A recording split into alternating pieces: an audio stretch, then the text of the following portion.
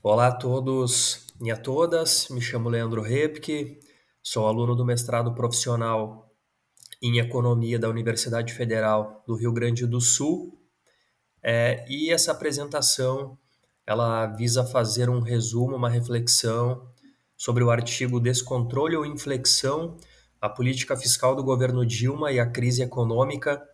É um artigo que foi publicado na revista Economia e Sociedade, volume 29 do ano de 2022, e que tem como autores Emílio Chernavsky, Esther Dweck e Rodrigo Alves Teixeira.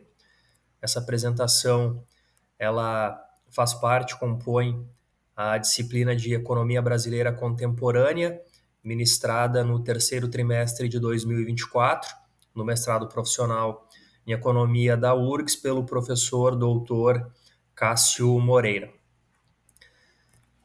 Então, basicamente, os autores nos trazem como introdução o cenário econômico de desaceleração durante o primeiro governo Dilma Rousseff, que acaba se tornando uma recessão econômica durante o seu segundo mandato. Ambas as escolas econômicas, tanto a heterodoxa quanto a ortodoxa, elas colocam que essa desaceleração e posterior recessão econômica, ela tem como fundo, como causa principal, uma política fiscal ineficaz, ineficiente. Cada uma das vertentes traz os seus pontos dentro dessa esfera de política fiscal, do porquê a crise teria se desencadeado, mas ambos vão na mesma linha de pensamento no que diz respeito a que a política fiscal foi determinante nesse sentido. Então, são duas teses principais apresentadas nesse artigo. A primeira delas é uma tese ortodoxa intitulada, de descontrole fiscal, e uma segunda tese posterior que os autores aí nos apresentam,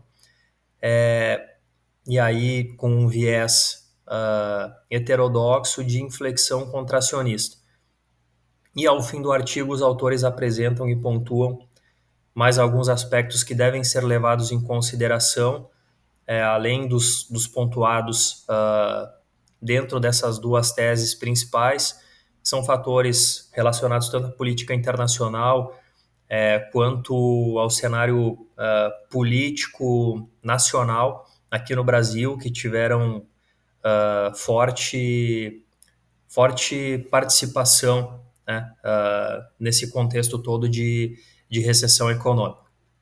Então, bom, falando primeiro da tese do descontrole, então uma tese ortodoxa que fala que basicamente a desaceleração posterior à recessão econômica ela foi causada por um descontrole de gastos públicos.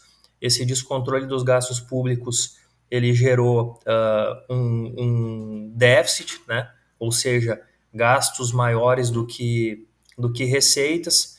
Isso fez com que a dívida pública aumentasse, consequentemente houve uma perda de confiança por parte dos investidores, uma queda do investimento privado e, consequentemente, uma desaceleração econômica. Bom, os autores colocam alguns pontos para reflexão e colocam dados também para que um contraponto à tese do descontrole seja feito.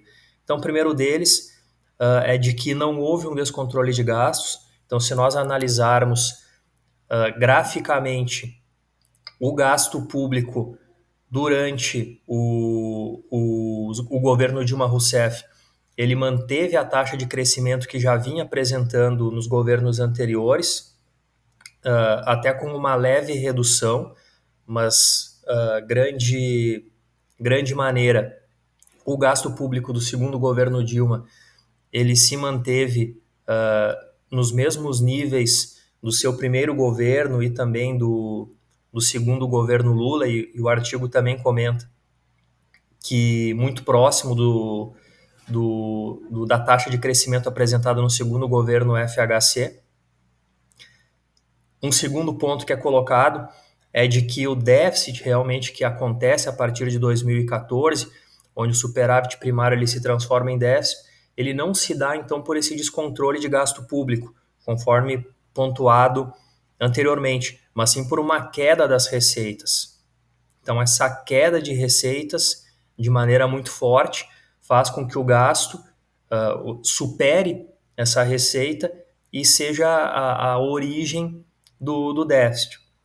E um terceiro ponto também colocado pelos autores aqui é de que o aumento da dívida bruta ele foi causado majoritariamente pelo pagamento de juros da dívida. Então, quando você olha a composição dos juros da dívida e quais são os fatores contribuintes para o seu crescimento, a gente consegue perceber graficamente que o pagamento de juros é aquele que tem o maior peso.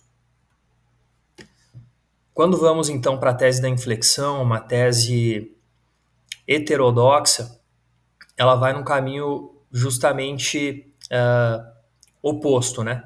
De que houve uma inflexão contracionista em virtude da redução de investimentos públicos que contribuíram para a estagnação econômica. Então, quer dizer, enquanto a tese ortodoxa salienta que haveria, né, ou teria havido um aumento do excessivo do gasto público, e que esse aumento excessivo do gasto público teria originado déficit, enfim, aumento de dívida e por aí vai. Na tese da inflexão, ela diz que o que ocorreu foi uma redução dos investimentos, ou seja, uma redução do gasto público que teria sido vital para manter tração e estimular a demanda de modo a que uma política fiscal ainda mais expansionista tivesse sido colocada em vigor naquele momento, fomentando a demanda e assim o consumo, investimento e atenuando os impactos da crise.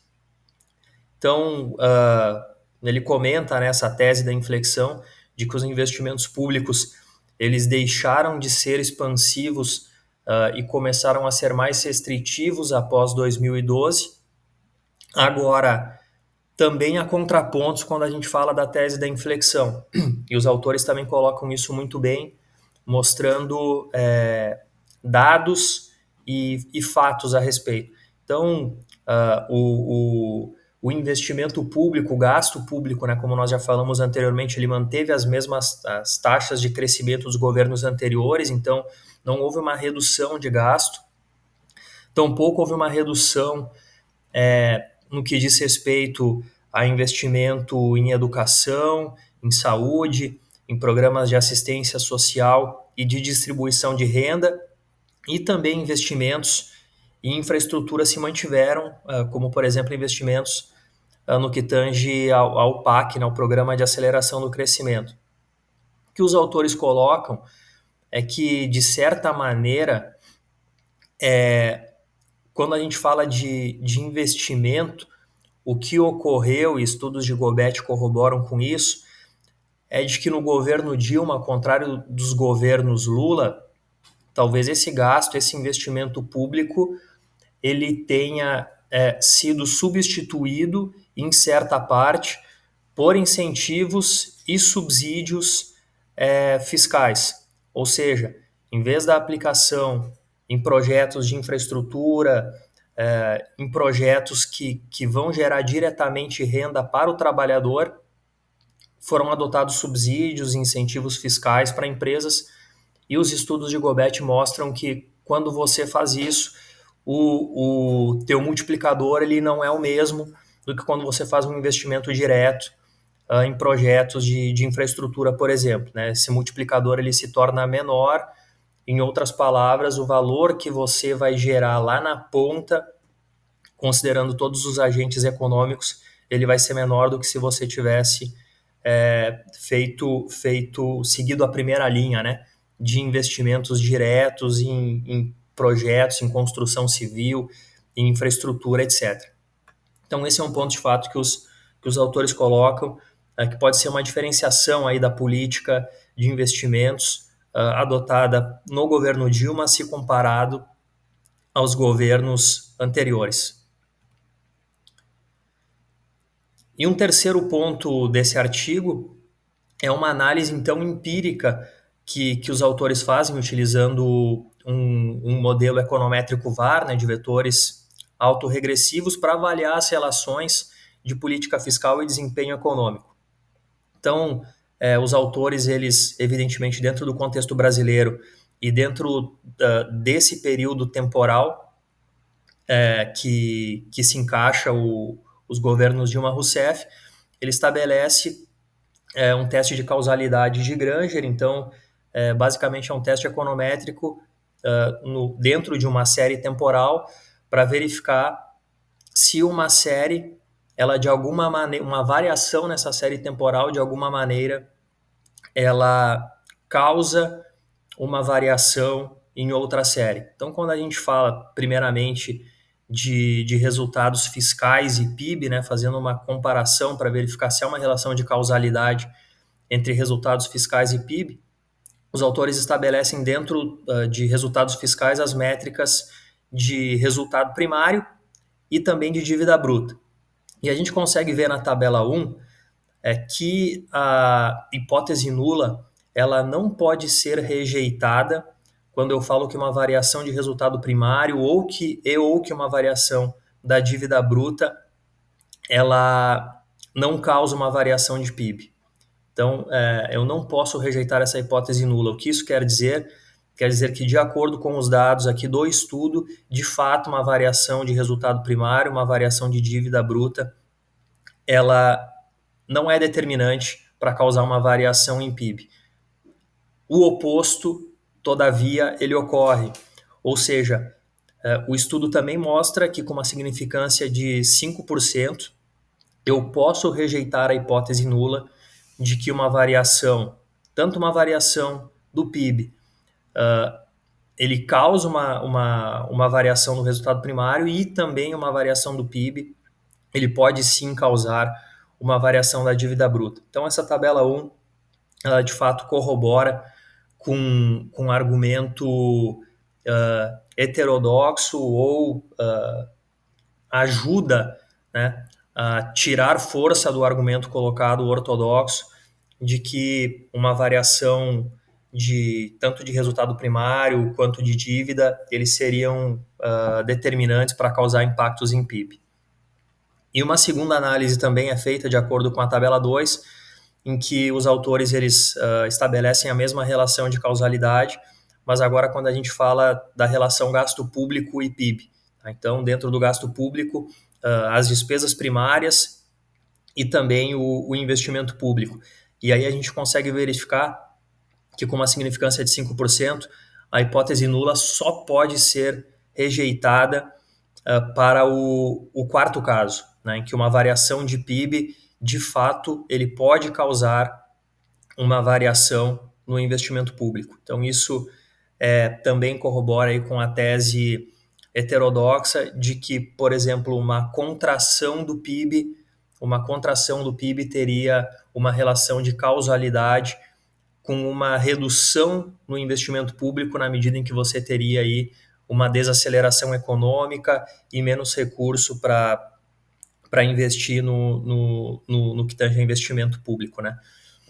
Então, basicamente, esses estudos de análise de causalidade, estudos utilizando modelos VAR, eles suportam tanto os pontos que foram colocados aí anteriormente para a tese ortodoxa do descontrole fiscal e a tese heterodoxa da inflexão. Então, eles ajudam a dar luz ao que foi colocado anteriormente de maneira teórica.